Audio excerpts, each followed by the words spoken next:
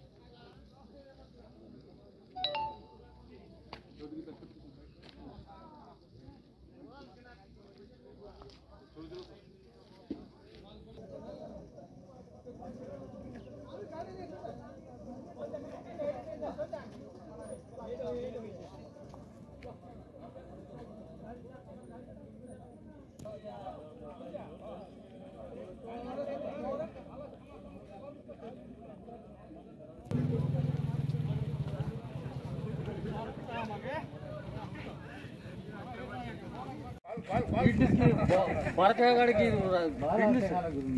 बेटा लगा ले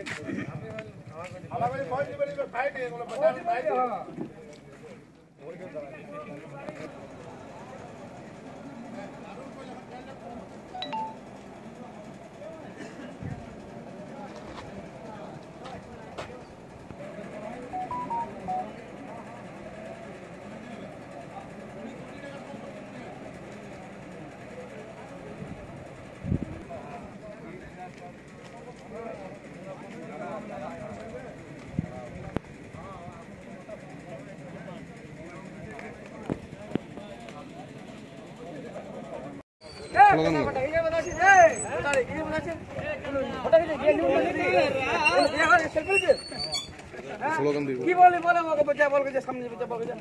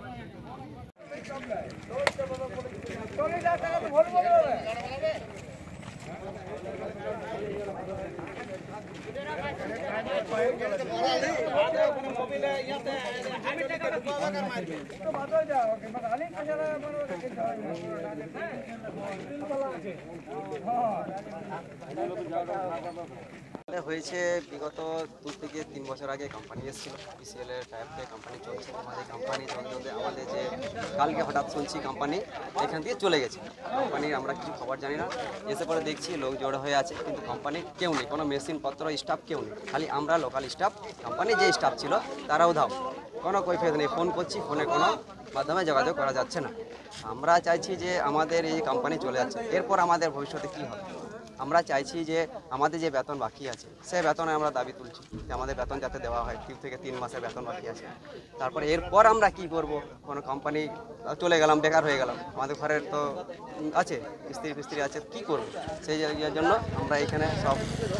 দাঁড়িয়ে আছি যে কিছু একটা ইসিএল কর্তৃপক্ষ এসে পরে কিছু তো মোটামুটি 400 থেকে 500 হ্যাঁ রাতারাতি কোম্পানি চলে গেছে কোম্পানি কোনো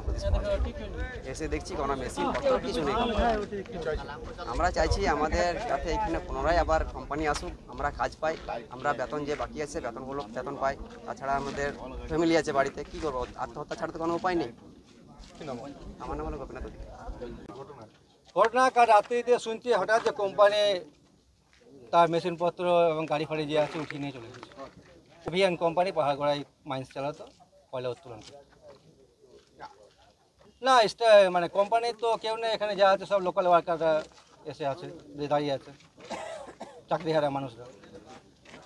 তো 3 মাসের পেমেন্ট বাকি এখন ফ্যামিলি আছে স্কুলের বেতন বাকি আছে মেয়ে বাচ্চার আবার নতুন করে চালু হোক নতুন কোম্পানি আসুক ইসিএল কাছে এটাই আবেদন করছে বলি তো সব জগন্নাথ